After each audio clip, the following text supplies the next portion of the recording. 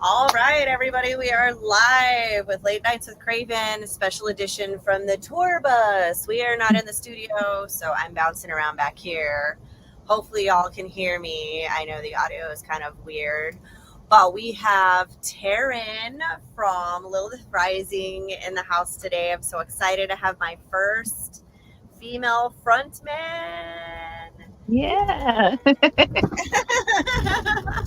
Awesome. So, so Taryn, now tell us a little bit about yourself. How did you get started being a female metal singer? Well, that's a long story. I know, um, right? but I've been in bands since I was like 16. And to I'm in my 30s now, let's just say that. But but I've been in my band since I was like 16, and I actually was in my first like successful-ish band when I was like 19, and then I took like a long hiatus between bands, and then tried to join bands again when I moved back to North Carolina. Like I was in bands all throughout Jersey and New York and that kind of thing. Moved back to North Carolina and finally found well, they reached out to me because they had just lost their singer. There was a band previously called Winter Solstice, and it has the existing drummer now, Alan, and the bassist Steve, who hopefully is going to stay in the band after last night, which was just a magical night, and our new guitarist Thomas, and then we have a keyboard player, Eddie, that was in the band too. So but before that we were Winter Solstice, and we changed the name because most of the original members had left. So it was just basically me, Alan, and Steve wasn't even an original member anymore. So we decided to change the name, change the sound, and now we're a more progressive metal, whatever you want to. I don't know what box we fit in. That's the problem. I was trying to describe it last night. I was like, can you just tell me what you think, because I don't know. So I just say we're like progressive metal, ambient, just basically all of our stuff just mashed together. That's really what it is. But we've been together now we've been Lilith Rising since the end of 2020. And then we put out our first single in 2021. And now we've got our second single out. It's a little bit slow moving, but we're getting there. That's awesome, though. That's cool how like everything kind of like metamorphosed. It's like now you are who you are. I'm excited to hear like where the direction your music's gonna go, because I know the first album is always like kind of critical album where you're kind of still figuring out who you are, what your sound's going to be, and then like, oh, the song sounds completely different from this song, so it's like, do we want to change it, make them all kind of sound more uniform, or do you want like that outlier song? It's like, yeah. Well, I think the new guitarist coming in is really going to push us sonically where I've always kind of envisioned it. I think where Alan's envisioned it too. Because we draw from lots of bands like Nightwish and I guess Evanescence and Hailstorm and all those other more female fronted bands that we love. Along with male fronted bands, like we do a cover of Journey's Separate Ways. So like I love Journey, and I was like, I want to do that song. Of course, when I wanted to do that song, it was before it got like super popular on Stranger Things. And I was like, I'm still gonna do it. I'll still do it. It's fine. So we draw from lots of different other things, and it's really just about a lot of the lyrics are just about like the journey like that I'm having, and then the guys are helping to tell that story, and we're telling an entire like experience together. That's cool. So when you guys were coming up with a name, how did you come up with the name? Because I know coming up with a band name is like so hard nowadays, because like everything's taken, or like there could be like some weird clothing company with that name. So how did you come up with the name? Well, the Lilith Rising is actually based on the single that we just put out, which is Dear Lilith. I wrote that song around 2 years ago. So I wrote the lyrics for it. I woke up at like 3 o'clock in the morning and I wrote the lyrics down, and I already had the melody in my head. I'm one of those annoying singers that doesn't play an instrument very well, but I can give you melodies all day. So I have to like sing it into the microphone. So I was singing it into my phone, and then I went back to sleep. The next day I woke up and I like sang it into the microphone, probably like 2 days later. I sang it to the microphone and I sent it to my band. And the guitarist that joined was really attached to those lyrics, and he's like, I really want to do this song. And when we went to change the name, we were going through a bunch of different names. We tried to be clever with like doing like Latin names, you know, because metal names and Latin names, they kind of go together. Yeah. And we went through a couple different ones. Alan threw out a bunch of different things that were Latin, but basically had like bacon in the name, like I love bacon. And I'm like, I'm not. And Lilith tend to like stick out more. I like that kind of stuff. And we kind of like went into the whole like fable portion of it and all this other stuff. And there's lots of metal bands that, you know, that have like Lilith in the name, but they're more like scream bands, that kind of thing. But we're gonna be like more pretty and that kind of thing. I do have a growl, but mainly pretty. So we settled on it we were outside of Gator Tales in South Carolina, and we were talking about it. We're like, Lilith Rising, I think that's what it is. And then Goddess Rising came from that, and then Dear Lilith came after that. Nice.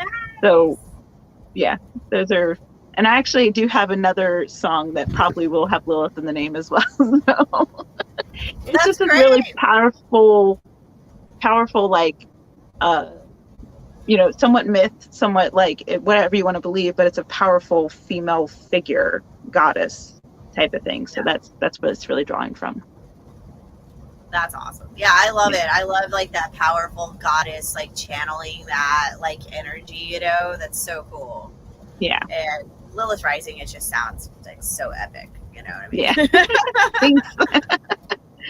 I also really like Edge of Destiny. Like, just it's like, it feels really powerful to have that. So thank you. Yeah, that one was like, we had like 3 different names. We ran like a poll with our fans. Of course, at first we had to have our attorney like check all 3 names to make sure like none of them were trademarked already, none were taken, whatever.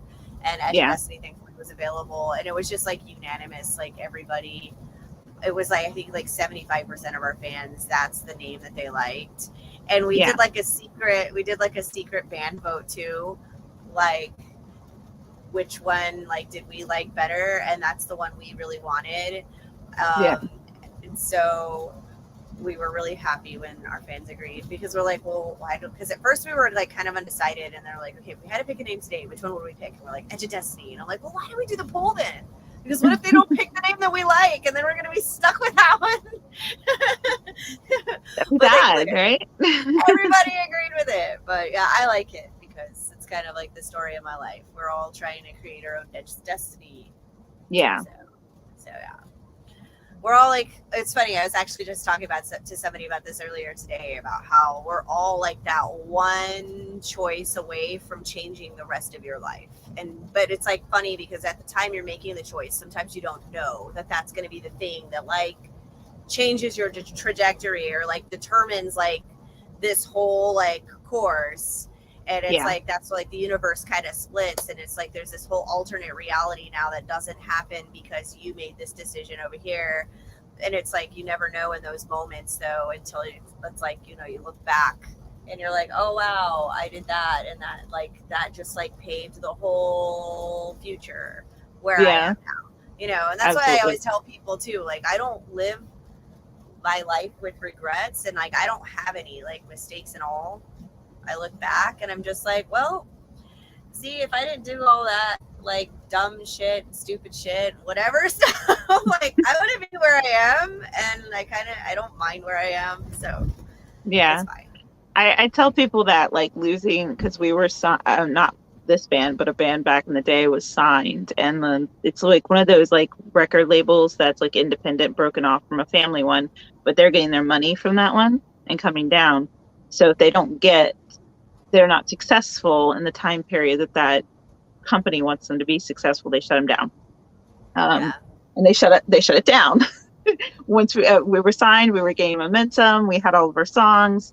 But I feel like if that would have been successful, I would have been severely unhappy because the band was already suffering from they liked me, but they didn't like each other. So I'd eventually would have to go find new bandmates, and it'd be, I'm still doing that now, but it's not as public Yeah. as it would have been of me oh, well, Zach over here left, or, Mike over here left, and now I got to go find new people. And now the band's never the same. Because you hear that all the time. It's like, oh, it's not the same without this drummer. And I'm like, I mean, it is, because you still have the same thing. But in hindsight, I would have been severely unhappy by this point, or maybe the band would have already been broken up and it would have been done by this point. But now I get to try something new and see where that goes. So, hindsight's 2020 at this point. Exactly, right? Yeah.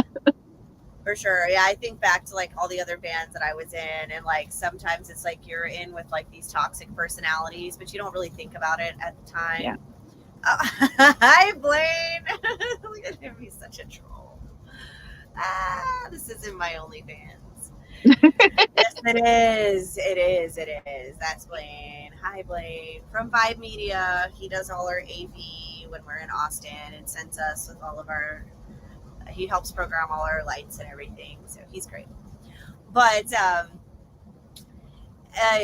it's just one of those things. When you're in a band, it's you're in a relationship with these people, and it's so convoluted because on the one side, with the Edge of Destiny especially, it's I'm their boss, right? But at the same time, it's we're all family and we're all peers and we all work together, you know what I mean? And so it's it's almost like being married to to all these other people, because it's not just a working a coworker relationship, oh, you do your job and then you go home, and then it's no, you live together on a tour bus, and you spend holidays together sometimes. I invite him over for my kid's birthday, and it's you're in this tangled little web, and if you have somebody who's got a toxic personality, you can't just outsiders are just well, why don't you just kick them out of the band and get a new drummer, a new guitarist? I'm but it's hard to make those decisions on when it's time to change over a member, or when it's time to do those things, because it's well, but we've put in all this time in this band, and you don't understand, we've gone through this crap together, you know what I mean? And it's it's crazy. And so sometimes it's nice to be hey, I get to start over. Start over fresh. None of that. Yeah, we've gone through a couple different members though. So Alan and Steve are the ones I'm most attached to. I don't know, we don't really spend holidays together. I think that's mainly because they got their own lives, Yeah. But I'm hoping that we'll go on tour. I'm actually in a camper right now. So maybe we'll all stay in the camper when we go on tour. So there's been talk last night, actually, we were in talks about doing a 7-day tour on the East Coast. So that's a short tour, but it's still, it's a tour. Hey, we gotta start somewhere. When I started this band, I threw them on the road for just a week too. It's it's good especially if that's what you want to do.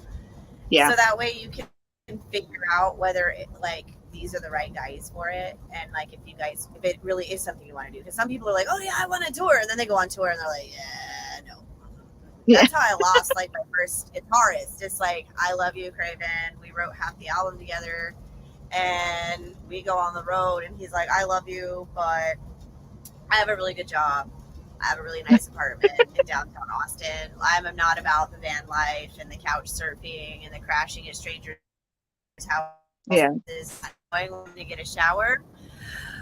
I'm cool writing music and all, and I'll stick around until you find another guitarist, but tour life is not for me. No. Well, luckily our camper has a shower in it. Yeah. Ours does too. I've actually never used it. I've used the outside one though, because we actually got a day off when we were in Florida, and we went to the beach, and so I use the outside shower, just like got all the sand off. I was like the sand police before they got on. Like, did you shower first? Did you rinse? Do not get on here because I'll be finding sand everywhere for like the next millennia. Yeah, you guys are just in like Tampa, right? Yeah, we were just in Tampa. Yeah, you're on the way back in Tampa. Oh, yeah. Yep. And now we will be arriving sometime within the next like 2 hours. We'll be arriving in Georgia. That's our stopover for the night on our way to Charlotte. Yeah. Where we're going to be playing with y'all. I'm so excited. Yeah, it's going to be fun. I'm so excited. It's going to be a little weird because this is going to be our first time out with our tracks. So we got backing tracks. Thomas is building up the production for next year. So our new guitarist, Thomas, he's amazing and everybody loves him. He's super tall. So if you're not tall, you're just going to feel like so tiny in comparison. Last night I didn't put on my platform boots because somebody said that you're just going to be more comfortable, and they were right because I almost tripped over some chords. But I might for the milestone because I know that they're better about their chords. On the platform boots just to feel tall in comparison to him. But anyways, it'll be our first time playing out with those tracks, so that'll be a lot of fun. Yeah, it's always nerve-wracking when you do new stuff to the show. Like, this is our first time going without amps, so we're literally just like plug and play. You'll see it. We have this like big thing. We roll it out on the stage. It's got our IEMs in it. It's got like, it runs our backing tracks. It runs everything. And we just like, the guys don't have amps and they love it. It's funny. It's like been me nagging them. Like, I say nagging like I'm a mom, but like, I feel like that sometimes. Like, hey guys, I bought this gear like way back when. Let's set it up and let's use it. And they're like, it's like always nerve-wracking, like getting it out the door and like using it for the first time. But then once you get like the first show out of the way and you see just how much easier it makes your life, and just how much like it just levels up your performance, they're just like, oh wow, why didn't we do this before? It's like, oh, it's been sitting in my garage for like 5 months, guys. I don't know, why didn't we do it before? I don't know, I just buy things. You guys, I'm kind of like you. I'm the singer. I buy things and you guys just do things, and that's just how it works. Yeah. And so, like, you told me what gear we needed. I saved up the money. I went and bought it, and now you're like terrified to use it. But it is fantastic. We love it. It's less gear to take on the road, and then it's phenomenal, and we can hear each other on stage like 95 to 98% of the time, rather than like you never know what you're gonna get with the sound and the venues and stuff on tour. Which as a singer, as a vocalist, you know, like if you can't hear what key you're supposed to be in, and if you can't hear like certain things, you're just like, I don't know where I am right now, and I'm singing and I don't know where I am, and you feel lost. And they're just like going to town, and you're just like, I can't right now. So it's great. I love it. I can hear everything. And before it was just like, I just need to make sure I at least hear a little bit of the guitar and a little bit of my vocals, so I know I'm like kind of on the right track. And now it's like, I hear the bass and I hear the drums and I hear everything, and it's beautiful. And it was so funny because one time like the sound cut out, and we were doing something, and my drummer was just like, why did we stop? And someone's like, oh yeah, they're having problems with, getting this in front of house. And Alex was like, whoa, sounded great in my head. It's like, I'm having the time of my life over here. We're like, we have no idea. You'll have to show me what it is that you guys play with, because again, we're trying to amp up production for next year. But I think it's just money wise. So we're very DIY. So everything is, just like it's us in the band and like whatever little money that we can get, and then like my husband doing a lot of stuff in the background for like our designs and our music video that we just put out and the website and all that other stuff. So if I didn't have him and basically just pay him in love, then I would be out a lot of money. Did I lose you? You're frozen. Big DIY too. We've just kind of like pieced it together, and like my friend Blaine, he's helped us with some of the setup, and then Chris, my guitarist, thankfully, he's a recording engineer, or like learning to be one or whatever. So I lost her. This is just me here now.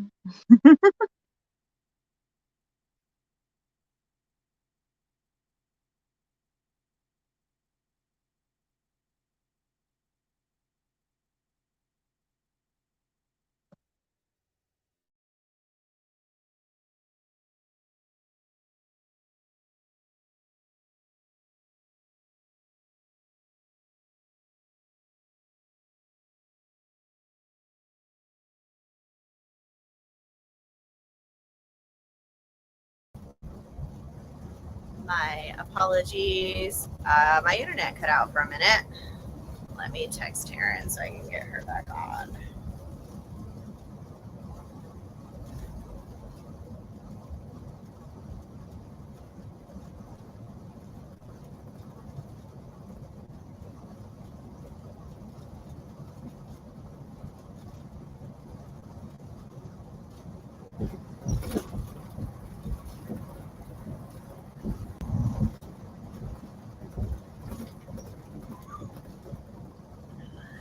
There we go. Yeah, I'm All in right, now. there we're back. I was like, I lost you, and then it hit me out. So I was like, all right. I know. I was like, wait, what happened? I don't know. But Yeah. anyway, we are back rolling. But yeah, we like slowly just piece things together. And right now we use like a Lisa's drum pad to like trigger the backing tracks. But then we're gonna move over like next year. This is gonna be the last tour we use that. Next year we're gonna go like full like laptop and everything. So that's gonna be a whole new terrifying experience. But I love it because I always try, especially when we have like a new tour or like new gear that we're planning on using like before we go on a tour. I try and plan either our kickoff show to be in Austin or like a show in Austin before we go on tour, just because you feel more comfortable in your hometown. Plus, Blaine, my buddy from Vibe, can sometimes be there to like babysit and like walk us through things because he knows a lot of things about live audio and lights and sound and whatever. And so it's like you kind of have they're a little more forgiving because it's like home and they love us. So like, we're testing out new toys. Yeah, they already know you. Yeah, it's fine.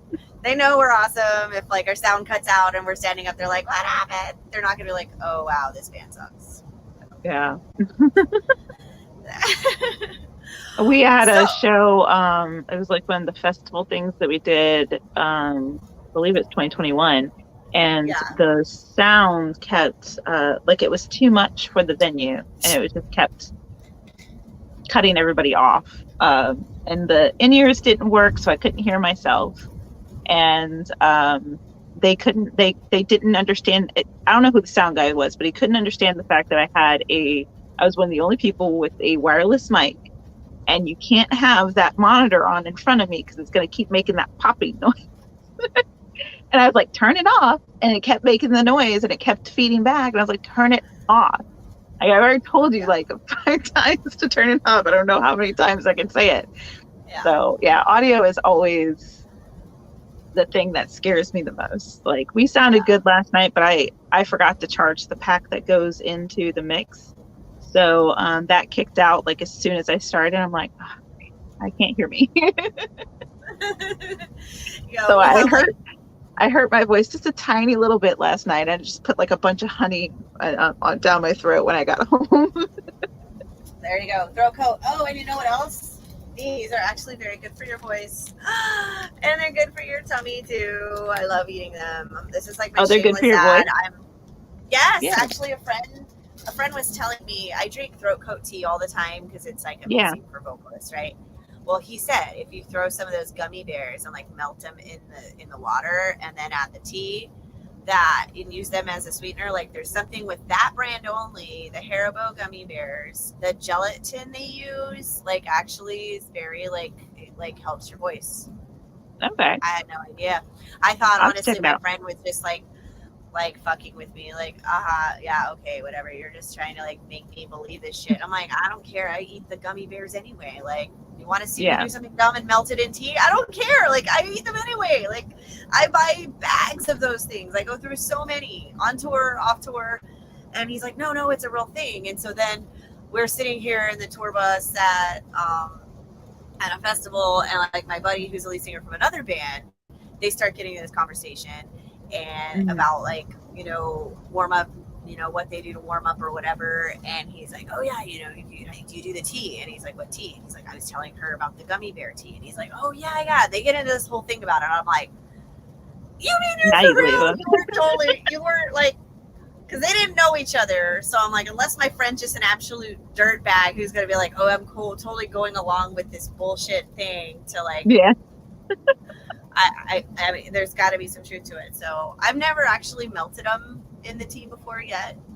This is my first tour that I've been on, and I've only drank my tea like once. I've been kind of slacking, but I eat them anyway, and they're great. Well, so, whenever I do go on like a longer tour or something like that, the things I know I'm going to take with me is the throat coat tea, honey. Maybe I'll try out the gummies, because I just have to check the back of them, make sure they don't have that ingredient in them that I'm allergic to. And then I bring Zicam with me, because that, like, if you're like even feel like a little bit of tickle, then it takes all the cold away. And all the elderberry syrup, I usually just mix like elderberry syrup and the throat coat tea together, because that boosts your immune system, plus it helps with your throat. So I usually just do that. Does. Yeah, I pretty much have like an entire pharmacy back here in my bedroom. Like I have throat coat tea, I have emergency, I have like the hydration little like powder you can put in your water bottles. And then I have like Zyrtec, Flonase, Allegra, Mucinex, like ibuprofen, like a whole first aid kit. Mostly for myself. I'm accident prone. I'm always like doing stuff. Like I almost like broke my thumb the other day at a venue. I can't like bend it at all. Like it's just swollen and angry. Ow. Like the guys were laughing because I was like trying to take my clothes off the other night, and I like get tangled in my dress because I can't pull it up over. You don't think about that stuff. Yeah. You know, and they're laughing because I'm back here like wrestling with my outfits. Like they don't help. They don't. They just laugh at me. Like I was talking about one time last tour, my fishnets are always getting caught on everything, and I was climbing over this girl. She was sitting on the tour bus. She was a bassist from another band. We were on tour. Yeah. And I go to like climb over top of her, and the crotch of my fishnets got caught on like, I don't know, something. She was, you know, we're always wearing spikes and metal and belts and buckles and whatever. It got caught on something on her outfit. So my crotch, I'm stuck literally straddling this girl on the couch, and I can't move. And I'm like, Johnny, help. That's my bassist. He's the one I always yell at. And I'm like, Johnny, come help me. And this fool, he doesn't come help. He's got his phone out. He's taking a video of it. Oh, no. He's taking a video of my crotch being stuck on somebody. I would like to think that my guys would help me instead of just taking video.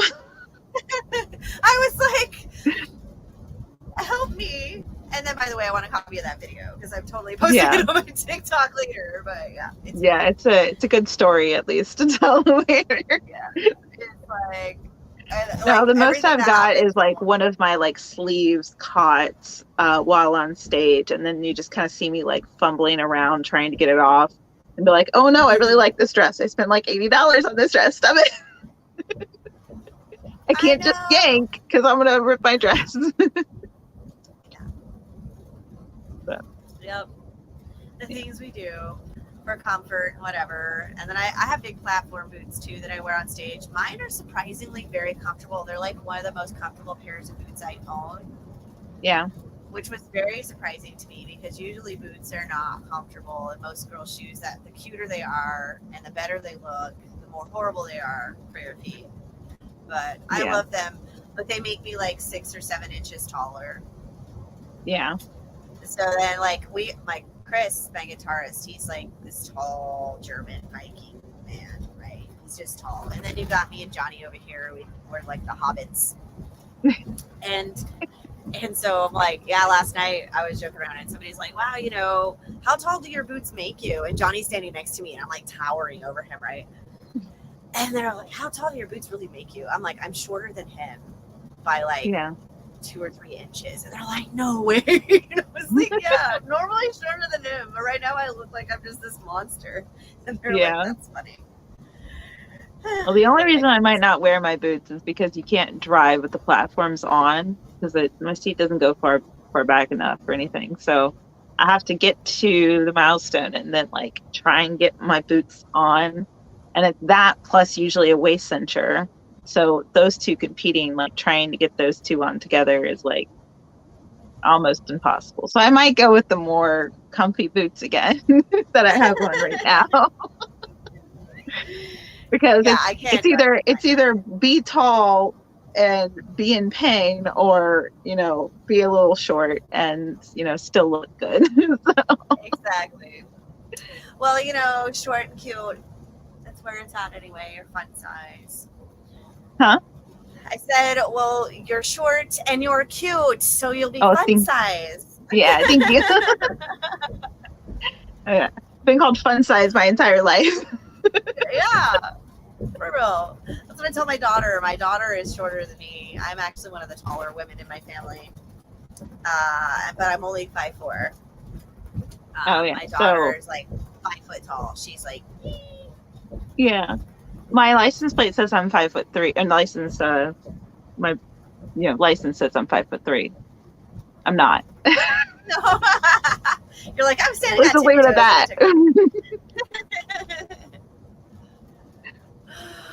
Alrighty, well, now we're getting to the fun part of the interview. This is the fun part where I like to ask questions, get to know you a little bit on a personal level, because, Okay. a lot of interviews we hear about your band and how you got started in music and all that stuff. And this is just get to know you as a person. Okay. And so how old were you the first time you had sex? 15. Wow, 15. That's awesome. I was a little behind the times, but You were what? I said I was a little behind the times. I didn't start having sex till I was in college. Yeah, I was absolutely in love with a guy with a name that starts with J. So Ooh, J. it's always the guys with the J names. It is the guys with the J names. Like pretty much every, like Jonathan, Jeremiah, like they're all hot. Mm-hmm. Jason. Yeah. I think guys with J names just generally J's are cute. Yeah. I don't know. They just got it.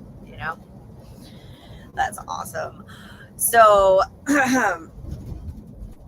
do you like anal? Or have Do you I like tried what? it? Anal. I'm sorry, I didn't hear you. You don't answer if you don't want to. No, I didn't hear you. Do I like what? Oh, anal. Oh, no. No. Right? Well, no. I'm just going to say overall, no. They have to be in a very particular mood. Yes. And the guy would have to know what he's doing, and most of them don't. They're just like, can I? No. No. And it's hilarious because, it's always funny. They brag about how big they are until they want to put it there. And then they're like, oh, it's not that big. No, just no. No. I mean, I don't really like looking at it either when it comes to like movies. I just prefer the other way. So yeah. It's like, don't send us dick pics. Oh my God, do you get like dick pics in your DMs just randomly from strangers? I haven't got any recently. Most of my DMs right now are of men that want me to be their mistress. What is that? Like, it was funny. I was telling or send feet pics, which I would totally do if they would actually pay me, but right? They won't. I will send you pictures of my feet all day long. I don't know why that's a thing for you, but if it pays for my gas, yes. Yes, definitely. But yeah, like I was talking to somebody the other day and they're like, how is it you've been single 7 years? I'm like, I only get hit on by drunk people at shows. Mm-hmm. And most of the time they've got a girlfriend or a wife or something. It's like you're this like fantasy person that they want to like escape from their real life with. I'm like, mm-hmm. no, No. It's also not like super fun being with a well, I'm married, but I can see like if I was single, it wouldn't be super fun for the other person to have to be like, well, I can't go out tonight. I got to go to a show or I got to go to band practice. And they're just constantly, I can imagine like some needy guy being like, but I want you to like be with me. And I'm just like, no, like you either are my biggest fan and you're supportive or you're not. You know, there's the two different things. So I can imagine if I was single having that issue of or the ones that think that I am there's some kind of like mistress dominatrix type all the time, like goth girl, that kind of thing. And I'm not. Not all the time. Yeah. It's like, that's a stage persona. Yeah. I don't walk around with a whip and like knee-high boots all day long. That is not. Yeah. My husband said last night that he was had to keep reminding himself that I am not that extroverted when I'm off stage. He says, you're so extroverted. Like if I would have met you when you were on stage, I think I would have been scared of you. I'm like, good. That's exactly the feeling that I'm trying to give everyone else. Yeah, that's what people tell me too, because I'm like, why is it like I've been stood up so many times by guys like, oh, I want to go on a date, and then like stand me up, like don't call, whatever, don't ever say why they didn't show. And I'm like, my guy friends are like, it's because you're so intimidating. I'm like, am I though? I don't know. I don't feel like I am, but yeah, it's definitely hard. So what does your husband think about like? Is he in the band or is he in music at all, or is he completely like not even musical? He's not in the band, not technically. I kind of consider him a little bit part of the band. He was doing merch for us last night while also having our 6-year-old running around the place, which won't happen at the Milestone because it's not an all ages show. But he designs the merch. He with some of my input, he does like music videos. He has written, like, helped me rewrite some lyrics and that kind of stuff. He actually wrote most of the lyrics for Goddess Rising. So musically, he is inclined. He's a guitarist and a vocalist, and I think he's great. I don't think he's got the confidence to go out and do it. Plus, I don't think he really has that drive to do, like, be in a band, you know. Because you have to like do with personalities, and he overall is introverted and just doesn't get along with the majority of people. So I don't think he would thrive in a band situation. He might thrive as a solo person, and then he'd still have to go out and talk to people, and I think that would really wear on him. So he's very musically inclined, but he's also just very supportive of the stuff I'm doing. Obviously, because he's doing all the stuff in the background. Right? That is so cool that you have that though. And then you guys have a 6-year-old? What is that? You have a 6-year-old too? Yeah. If you ask him, he's 6.5. Yes. Yeah. So. Mine just turned 7. And yeah, when I play Austin shows, if it's an all ages venue, my son's there running around too. He wants to be a drummer and go on tour. And sometimes I take him with us. Like, I'll fly him to us for like a couple of days if we have some time off. Yeah. And so yeah, he's total like ready to just pack up and live on the road with the band. He's a crazy. So what's it like though, being away from your kid when you're on tour?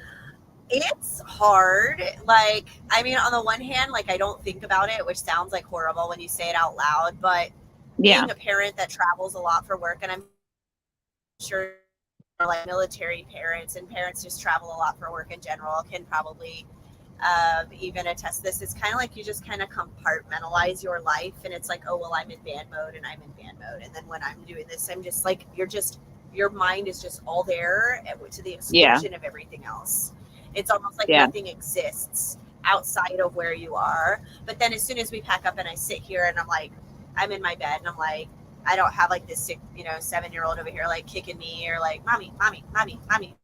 mommy. And I'm like, oh my God, then I'm Yeah. like, where's he at? What's he doing? But, you know, it's great. The older he gets, it gets easier just because it's easier to like communicate with him, like we video chat or at least talk on the phone at least once a day, Yeah. sometimes twice. We send pictures and videos back and forth of what we're doing all the time. So that helps. And then, yeah, whenever I'm on tour, if I'm away for very long, usually what we do is we'll play like Thursday through Saturday, and then we'll do like a couple open mic nights on like Monday, Tuesdays, or whatever. So we have like days off.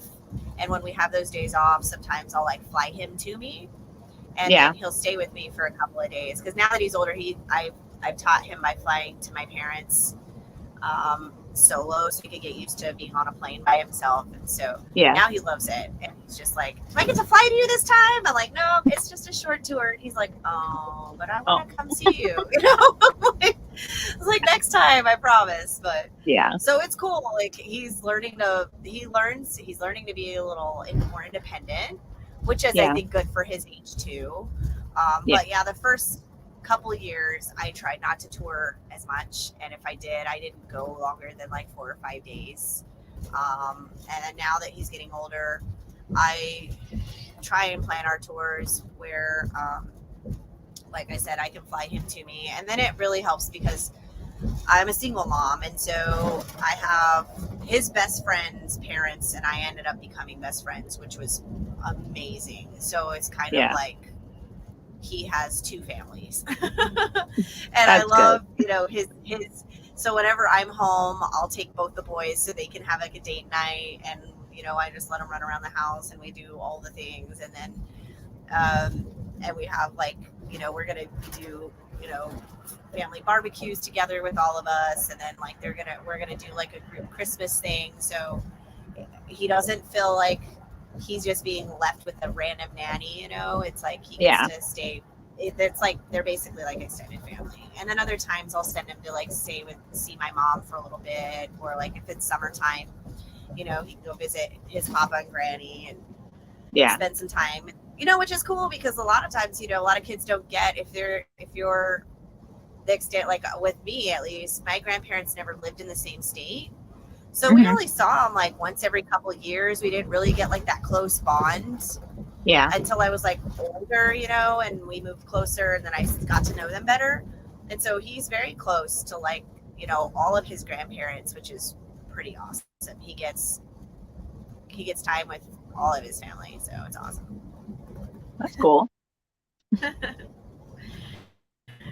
so I tried to turn it into a pop this time while mommy's on tour. Do you want to, and I kind of let him pick like what he gets to do, and okay, let's plan it together, and so he doesn't feel like, oh, I'm leaving you. It's like, oh, you're gonna get to do all this cool stuff without me, So and then he gets to send me pictures and videos, and the technology really helps a lot for sure.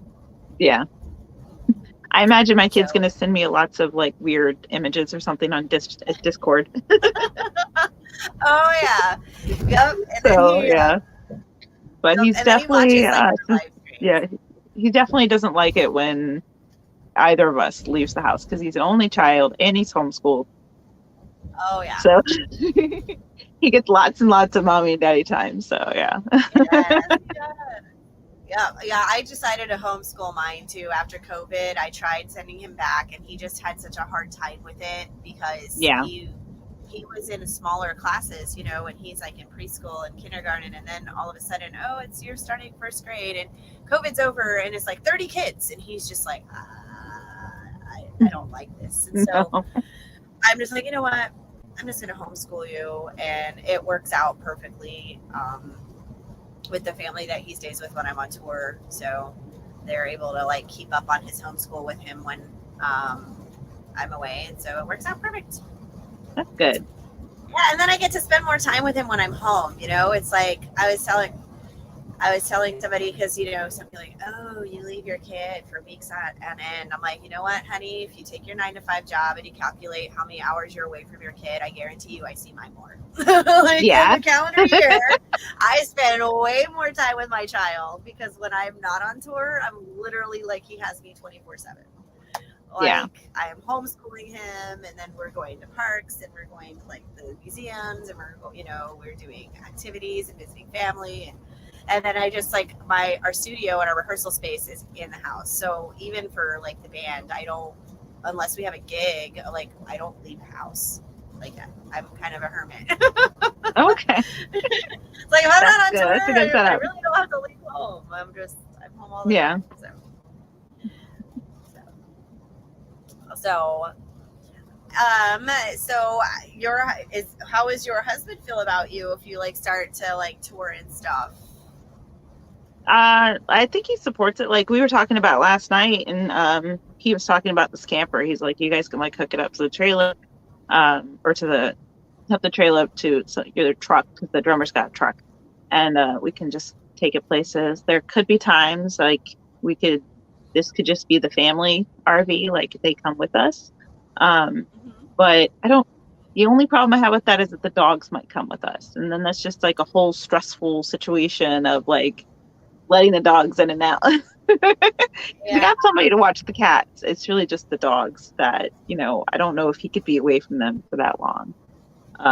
Yeah. So I I feel like, he'll miss me because he very much misses me when I just leave the house for like an hour. So he'll miss me. But I mean, I'll be busy and he'll know that I'll be busy, so that'll be good. So he's Yeah. um unlike, previous, partners, he's been the most supportive of almost everything that I've done. Everything, really everything. Really, it's just like, is it going to hurt you? Is it going to hurt somebody else? If not, then we're good. That's awesome. That's great that you have Yeah, the support because as you know, I'm sure being a musician, that is like the holy grail of relationships, and it's like really hard to find. A lot of people think, oh yeah, I can be totally supportive of you, and I'm totally fine with it. And it's like, yeah, you say that until I've been yeah, gone for 3 weeks, right? And then you maybe yeah, plan like some surprise dinner for me to come, like, oh, I'm gonna come home and you're gonna see me, and then oh yeah, my label calls and they want me to stay on the road for another week or two, and then you're like, oh, so what? You just decided to stay on the road without even asking me? I'm like, I'm sorry, but no, I'm not going to ask you if I can stay on the road longer. It's like, this is what I do. And yeah, and then, or like, I said, I'm a single mom. Like if I'm in a newer relationship, when I come home from tour, the first 48 hours are for my family. I yeah, don't, I'm home, and it's like, okay, my son gets to plan what we do. He gets to plan what we have for dinner. He gets to plan the movie we watch. And it's like, what do you want to do when mommy gets home? And he gets yeah, to plan our day, and he gets to plan. And it's like, the first 48 hours is like sleeping and recovering from tour, yeah. and his time. And it's like, oh, okay, well, when do we get to hang out? Like a week after I get home. Well, I thought you said we were getting home on this day. I'm like, yeah, but he Yeah. gets my first 48 hours, and then I have this thing I got to do, and then I got this thing I got to do. So my next free day is here, and they're just like, well, if you really liked me, make me a priority. I'm like, I'm sorry, but until you're like to the point where you're living in my house, I don't know what to say. This is why I'm still single. Well, I do believe that But whole like you prioritize them, like you could um set up a plan, but sometimes plans change. yeah, So, I mean, I would be like really apologetic and like I'm be like, okay, well, we can talk at this point or whatever. But he lives with me, so it's not like he's not going to see me. But if I would yeah. come off like today, we just basically slept the majority of the day. Like my kids slept until like 12 o'clock, and then we just like napped because the kid's good. So we napped a lot today because last night was a lot of fun, but I was very tired after. I also do this thing where I don't really eat during shows, which is a bad thing. And then I Same. ate later. I ate like tacos at like 12. It was almost 1. It was 1 o'clock in the morning. I was sitting there eating tacos in my bed. Oh my gosh, I do So the same thing. Like I didn't eat all day yesterday, and then I got done. And I guess like in Tampa, the venues, they don't stop serving alcohol at 2, or at least yeah, not the one that we were at. And in Texas, I'm used to the like last call being at like 1:45, and they cut you off at 2. And so we're sitting Yeah. there, and I had a couple friends in Florida that, like, actual real life friends that came to see our show. And I had one I hadn't seen in years. And so it's like, oh, you're in town. So we hung out after. We're drinking, we're catching up, whatever. And the guys are like, oh, yeah, they loaded out. And they were like, we're just in the parking lot in the, tour bus, whatever. And I don't think about it. I look at my phone at 8 p.m. and I'm like, oh my God. Like, and I hadn't eaten all day. And I was like, no wonder I'm so hungry. And of course, nothing's open, so I didn't get to eat. So I woke up at like 11 a.m. or 12 or whatever it was. I was like craving nachos.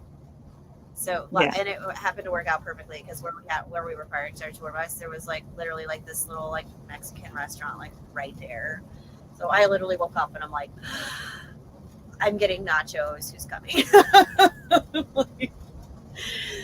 So, yeah, and Florida overall is good for like having all the best food, because I used to be in Florida all the time as a kid. So yeah, it's got amazing food there. I'm finding that out. I've only been here a few times, all for gigs. So I've only been once, I think, for like vacation visiting family. Other than that, yeah. like, I haven't. It's always been gigs. So this was like the first time I actually saw Tampa, which was fun. Yeah, I didn't see really much. I mean, I saw the venue and like of this mall we went and we were passing out stuff for like to promote our show, but it's fun. But yeah, it was cool to see like different parts. We were in Tallahassee, Tampa, and Orlando, which was cool. Awesome. I think we spent a lot of time in Tallahassee as a kid, so yeah. There was like a trailer there or something, and we would spend a lot of time in Tallahassee. Nice. That seems like a cool town. Yeah. So, another question for you. Did you ever either witness or hear your parents having sex or performing a sexual act? No, not that I can remember. Lucky you. I think I have enough childhood trauma where lots of stuff's just blocked out. So, I do have a memory when I was a teenager of finding my mom's devices, let's just say that, in her drawers, because she told me to go look for something for her. So I found it and I was like, what's that? No idea. I'm like 15 at this time. Like I've seen it, but like I'm not expecting that in my mom's drawers. So yeah, it's weird to think about your parents in that way. Yeah, But her and I had a very like open conversation, like talking. I went from living in North Carolina with my dad to he's like this very like Southern, I'd say like Republican conservative guy, very nice guy, but like just, he went from being like a cool in the 80s, doing all sorts of drugs and stuff, and then he became very conservative.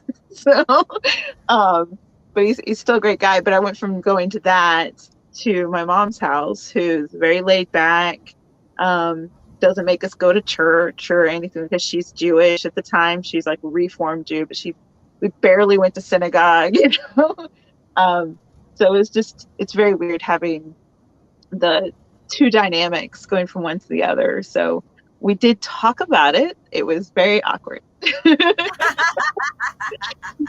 But now we get to have that more open relationship in adulthood. So that's a good thing. That's good. Yeah. At least you had a conversation. I don't know what my mom would have done. My mom was not very open or communicative about anything having to do with sex, other than everyone wants to rape you, and I don't know. It was just like very traumatizing topic for me when it came to my mom. But now you're having me question what's in my nightstand. I'm like, I probably should move some of the things that are in there in case one of my at least put them up higher. I'm like, yeah. No, I have a friend who passed away back in February, and I had like gone to his apartment to like, he was one of my best friends, and I'd gone to his apartment to like clean it all out because his roommate just couldn't bring himself to like go in there at all. Yeah. It was too emotional for him. So I came over, like moral support. We were cleaning out all of his things. And I find like this whole drawer of like condoms. And then I found like, it was new in the box, hadn't been opened yet. It was like a ball gag and handcuffs. And I find it, I start laughing my ass off, and I'm like, oh my God, this is why we're friends. I'm so keeping this. And they're like, what? I'm like, yeah, I know. Out of everything, we like cleaned out all his belongings, and like out of all the things that I kept, that is one of the things I kept. And it's in my nightstand, like I didn't think about. I mean, it's there. I haven't used it. It's still in the box. But yeah, I'm like, you know, if somebody finds that, they're going to be like, it'd probably be my 7-year-old, and then he will be scarred for life. So I should probably put it somewhere.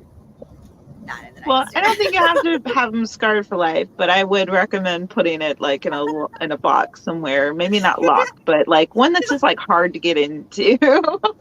But it's probably a lot more difficult to have a conversation with a 7-year-old versus like, you know, I was 15 at the time. Like, no, honey, that's not a ball you can play with. No, it's like, why does it have this strap on it? Oh my God. Yeah. No, just no. Yeah, believe me, I got plenty of stuff, and it's in a box, like where my kids can't get to. There's only one thing that's like down below, and it could be passed off as something else. So I'm fine with that. Yeah. It's like hide the toys because the kids. Yeah, you don't have privacy when you have kids. Ever. Ever. No. You do your best. You don't.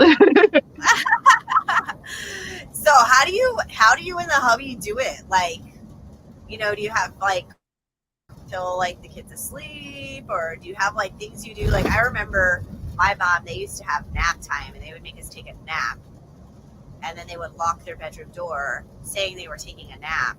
And I didn't realize until I was like in my 20s what that actually meant. Meant they were having sex, obviously. I didn't get that light bulb moment, didn't happen for me until I was like 20 years old or something. But anyway, so what, like, do you guys have like a secret thing you do? Like I had a friend once, she says that they turn on the shower in their bathroom, and they say they're in the shower, and they'll lock the bedroom door so the kid thinks they're in the shower. Like, do you guys have anything crazy or interesting that you do so you can have a little bit of like spontaneous fun while the kid's awake? Well, it's not completely spontaneous, but yeah, you have to like, normally he's asleep. I'll say that. Yeah. I feel more comfortable when he's asleep, but sometimes he still wakes up at like 3:00 in the morning. Got to get him back to bed. But if it's like during the day, you can hand him a tablet and some snacks. You can tell him to go in his room for a little while. Be like, Mommy and Daddy want alone time, and he listens. So he's done that a few times. Like I'm not gonna say it's like nap time, but just alone time. Like Mommy and Daddy are gonna go in here. We're gonna be alone for a little bit. So most of the time he's asleep though. Like I'm the queen of like only really being in the mood at like 2:00 in the morning. It bugs the crap out of my husband, but that's just when my libido goes up. I don't know. Like, I don't know what you want from me, but that's what it is. So I'm usually like, I'm laying there, you know, I'm relaxed, and all of a sudden I'm like, hey, you wanna?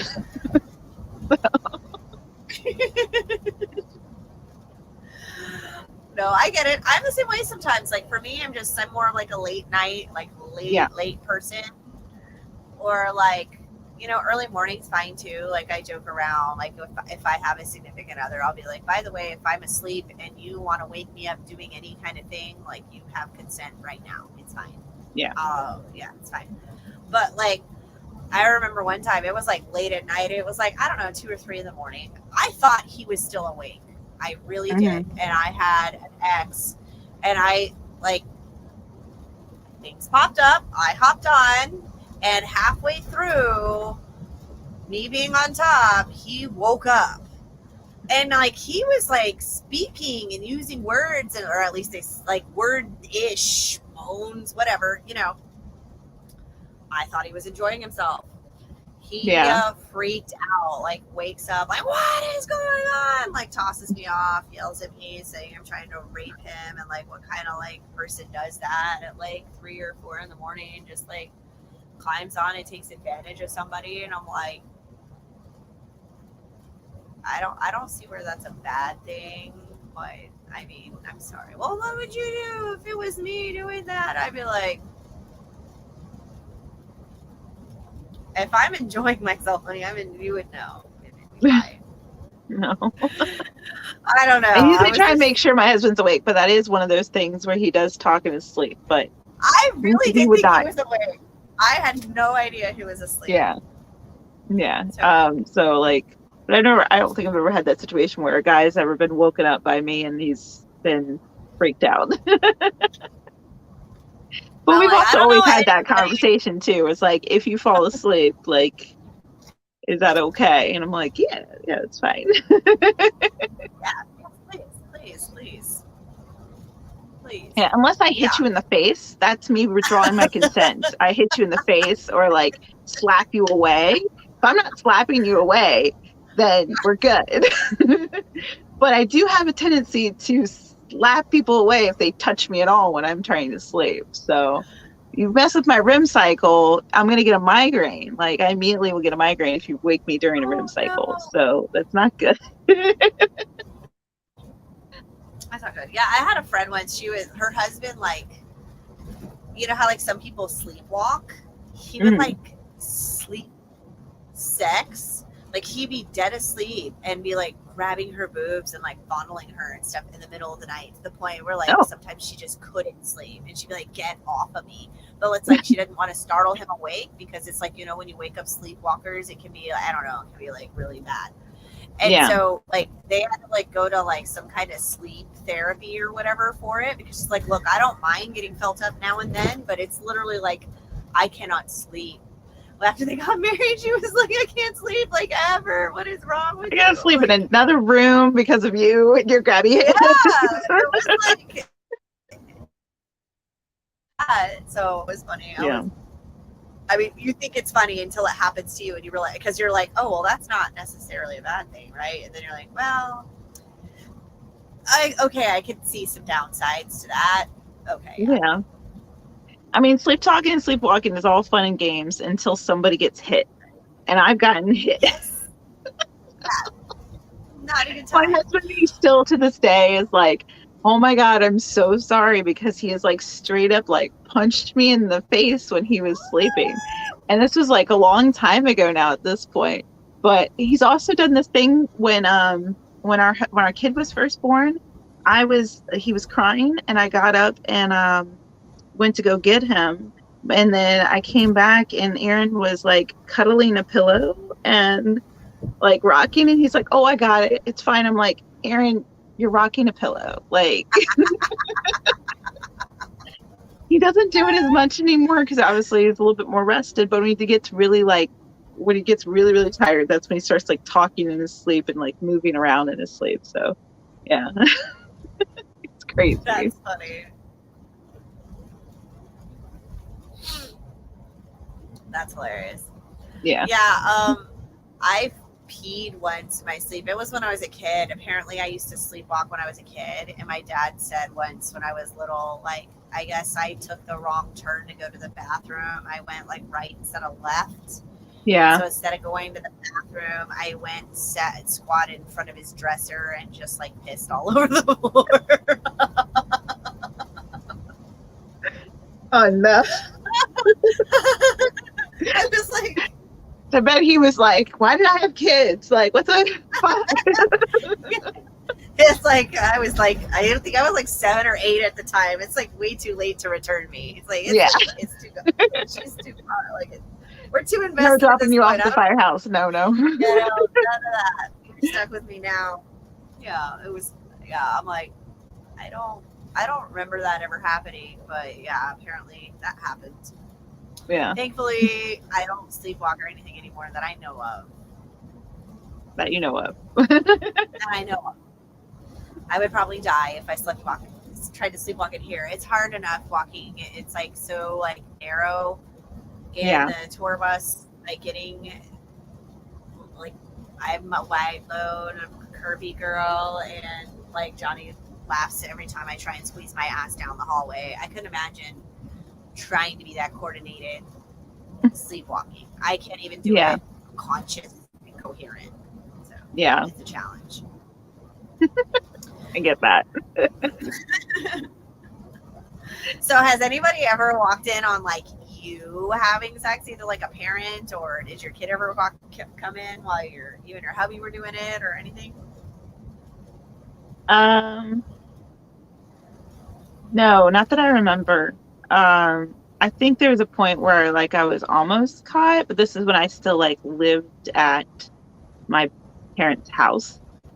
Where like my boyfriend was over at the time and they were gone, and then we weren't actually like doing it, but we were like, you know, in the process. But I don't know. The kid walked in like maybe a couple times when he was a little bit younger, but it's, you know, it's not something he understands, so it's not that big of a deal. Yeah, now my 7-year-old, he'll see like couples kissing on TV and he'll be like, ew, smoochy kiss, ew, why do they do that, ew, and I'm like, yeah. That's, I don't even know how to explain that. And then one time he looks at me and he goes, Mommy, do you ever smoochy kiss anybody? You don't do that, right? And I'm like, no, Mommy doesn't. Well, my kid's so used to seeing us be affectionate towards each other, but he gets jealous and he wants to get in between us. So like Aaron and I are like kissing and then just like, you know, hugging each other, and then Tristan will come in like get in the way, and I'm like, dude. But it's cute. So we're just like, oh, we're a family. You know, I didn't really experience that like because my parents got divorced, so I didn't experience that like that type of love as a kid, you know, like so I'm hoping to raise him in a more healthy household where he gets to see, you know, two parents like loving each other, you know, like it can work the other way too, but it's just it's a really different thing that it is. That's so awesome that you get to do that for him. Yeah. My parents all I saw was fighting. At least with you, you're not like bringing in another person and like all you're seeing is fighting. Like that's all I saw like as a kid. Is like I remember like a dance recital getting ruined. Like it was my last dance recital, I think, and it got ruined because my stepmom and my mom were fighting, and my stepdads were fighting. Or my stepdad was fighting with my dad. Somebody went home with a black eye. They ruined my roses. They took the roses and beat them. So for all the memories that I've forgotten, that's the one I hang on to. Oh my God, that is terrible. And see, that's the worst thing. That is the worst thing. I've never understood. I have a couple older kids from a previous relationship, and their dad and I are friends. We had our moments where we didn't get along, but at the end of the day, our childhoods were like that, where our parents side or the other, didn't like the other, and just made it so hard, you know, on us growing up. And so we just swore that no matter what, we would never do that to our kids. And so, you know, thankfully we have, I feel like it's still a work in progress, but we've transcended. And even though we're not together, we still get along. Like when he lives in Arizona, and when I am there, so my daughter's going to college out there, and when I go to visit, I stay at his house, in his guest house. Him and his wife, we're all having breakfast together, you know. It's like, and then my son's there, and then like I'll bring my youngest with me, and it's not his child, but like they'll invite him to things because they have a kid together that's around the same age, and so it's like we all do these big family things together. And then they'll be like, hey, I was going to take the boys to this, can Lucas come? And I'll be like, yeah, he can come, you know, because he's little, he doesn't understand why he can't go with his brother and sister. You know what I mean? Like he just, and so he's like, yeah, it's fine, you know. And it's like, well, that's their dad, and he wants to, whatever. And he'd be like, well, why don't I have a dad? It's like, so I've never had to explain that to him because he's just always been allowed to tag along. And then That's when good. I go there to like pick up my son to do stuff, like if they're working, I'll be like, hey, do your boys want to come along? I was going to go take them to dinner and we were going to go to Top Golf. You want to come? And they're like, you don't mind? I'm like, no, it's like, it's their brothers too. Like, yeah. So I'm like taking all the kids. And so it's really cool that we have that dynamic. It took a few years to get there, but like, I just don't understand why parents do that to their kids. Cause yeah, like it's just so stressful and it's so hard. And like you said, that's all you remember. All you remember is like the fight and the trauma. And like for me, I didn't care that my dad got remarried and my mom like hated my stepmom and all of this. And I love my stepmom. To this day, my stepmom is one of my best friends. I love her. It's like, but she makes my dad happy. And why do I care? You know what I mean? Like, why do I have to care? Just because y'all didn't work out, why don't I have to care? So I think it's amazing that your son gets you both together and not fighting. Yeah. That makes me I don't think that my husband and I will ever get divorced, but if we do, the new partner is going to have to deal with my husband being in the picture like all the time. So we're gonna have to very much co-parent because I don't think I can. I mean, he'd have to do something really bad for us to separate, but even if that was the case, we'd still want to be copacetic and, respectful of each other in front of our kids. Because the worst thing is to have it's mainly the step parent that was causing issues. Like, they wanted to get along overall, but the step parent was the one that was causing the issues. And then that, of course, the husband has to take that person's side or, so on and so forth. So, I was like, no matter who is in my life, they have to be respectful of the dad, Yeah, it's like, because I was talking to somebody because they're like, oh yeah, because they're in your life for 18 years. I'm like, no, they're in your life forever. Yeah. As long as that child is breathing, your child doesn't stop being your child. Like, I don't stop talking to my dad when he's 18. When I turned 18, I still talk to my dad.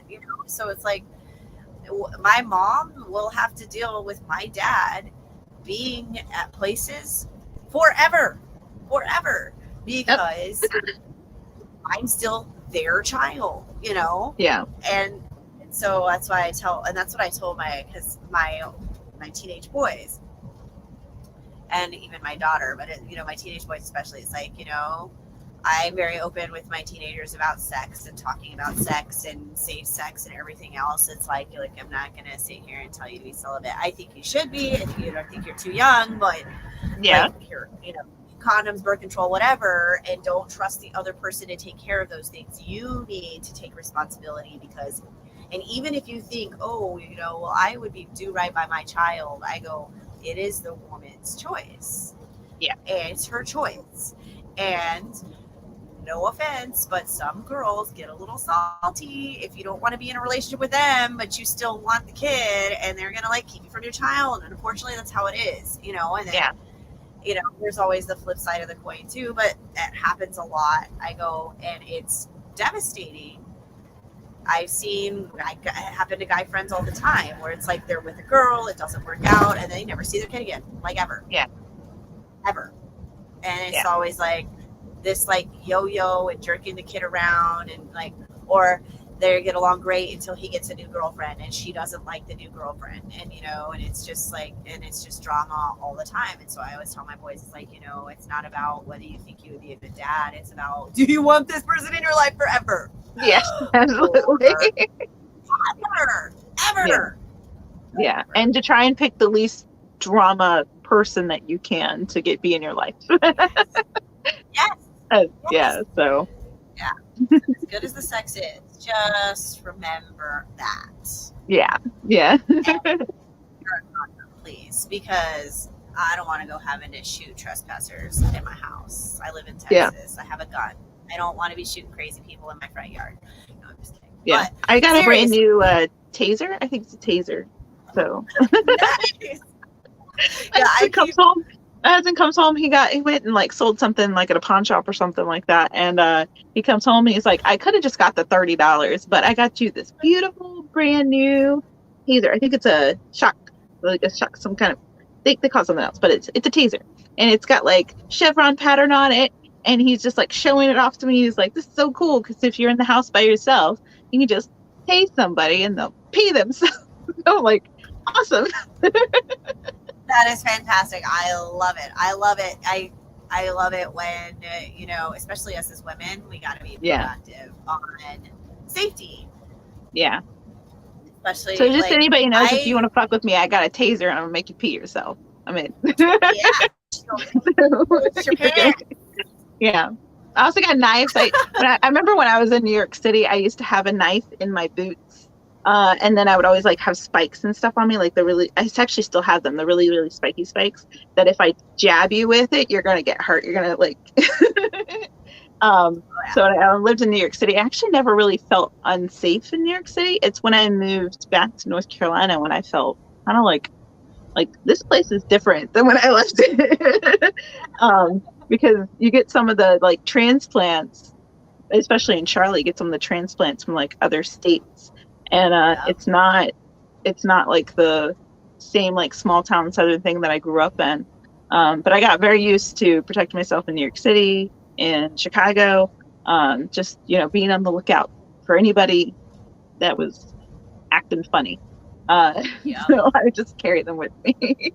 When I was in New York City, a lot of people don't. Yeah, but a lot of people don't know that I was couch surfing the entire time I was in New York City. I didn't have a permanent place to live, so I would protect myself with, knives and things like that. So that was awesome. Yeah, I drive for Uber sometimes for like spare cash. I always have a knife on me. Yeah. It doesn't look like a knife. It's like a keychain.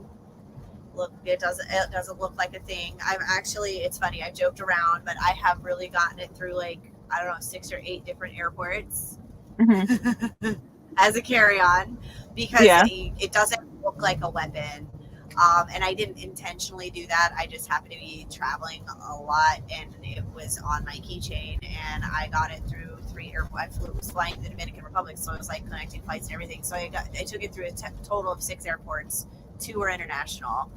And they confiscated. Of course, I don't sneak it on planes intentionally because now I would get caught because I know I have it and I'd be like freaked out. But I forgot it was in my bag, but it's like it doesn't look like much, but man, I think it'll hurt. It'll hurt. Yeah, it'll hurt. And it's like it'll get the job done because it's like really don't fuck with me. Yeah, I remember I accidentally brought a knife with my carry-on years and years ago, and it's a super pretty knife, and it was one of those ones that like it was like hollow, had like the holographic stuff on it, and I was like, I loved it. It was the most colorful thing I had on me at the time. It's like I'm attracted to rainbows, but I wear all black, and that's just my bisexual nature of just like I like the rainbows, So I had this like hollow thing. And they were like, oh, you can't have this. I'm like, crap. What if I put it? And they're like, no, we found it, so we have to take it away from them. I spent like $100 on that knife. That was so many years ago, so I still miss it to this day.